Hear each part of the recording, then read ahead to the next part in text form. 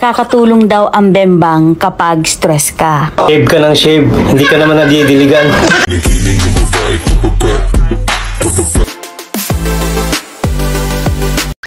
Nakakatulong daw ang bembang kapag stress ka. Kaya kung single ka pa ngayon, malamang stress ka.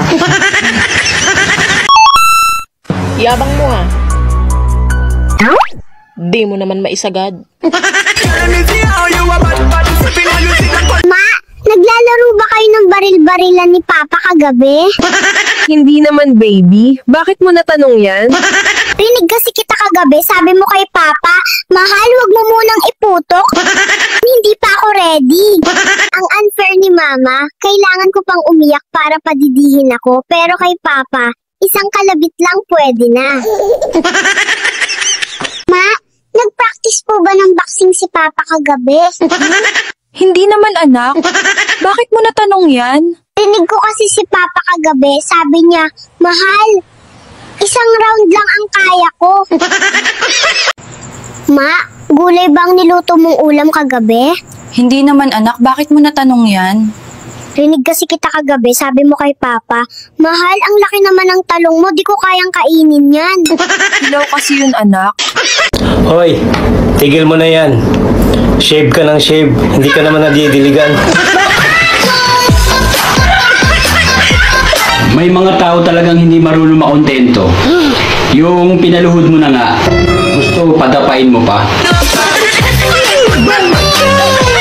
Ang wallet, parang brief.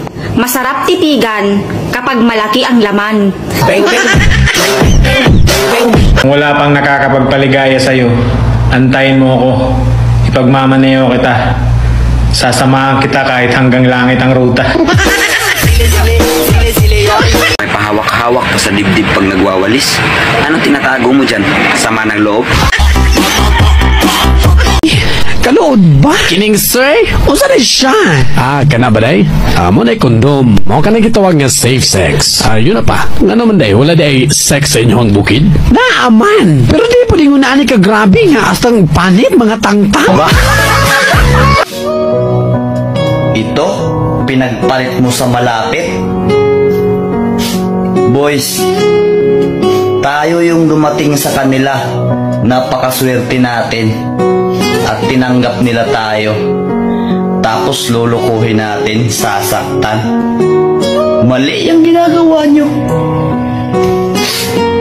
Ang babae minamahal. Hindi yan pinapaluha. At hindi yan sinasaktan. Dapat dyan, pinapaungol yan. Alam mo kung anong masarap? Ha?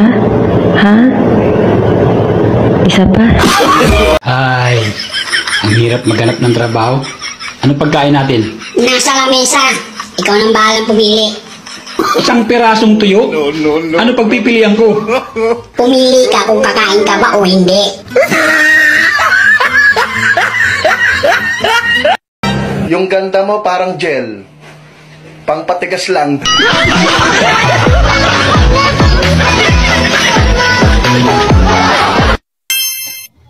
Patunayan mo lang sa akin na magaling kang kumain. Kahit mayat maya pa kita ipaghayin. Oh my God! Ile, Ano yon? ate may itlog ka? Meron. Ay sayang, ang ganda mo pa naman.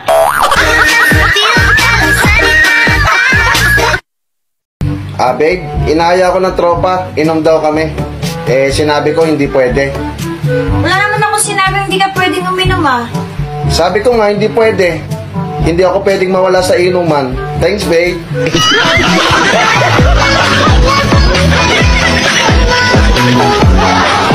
Alam mo, masarap mapunta sa tamang tao. Ganon ba? Oo, saan pupunta? Kay kumare.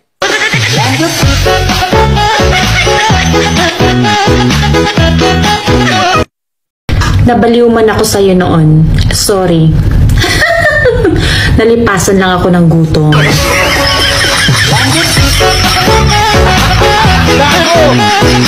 Uy, nakabili na ako ng hearing aid. Grabe, ang lino na ng pandinig ko. Ba, oo nga no. Teka, magkano naman bili mo? Kahapon lang. Pre, alam mo ba noon, syota ko nanay mo? Nakikinig ka ba, pre? Sabi ko noon, syota ko ang nanay mo. Tama na po, Itay. Lasing na po kayo.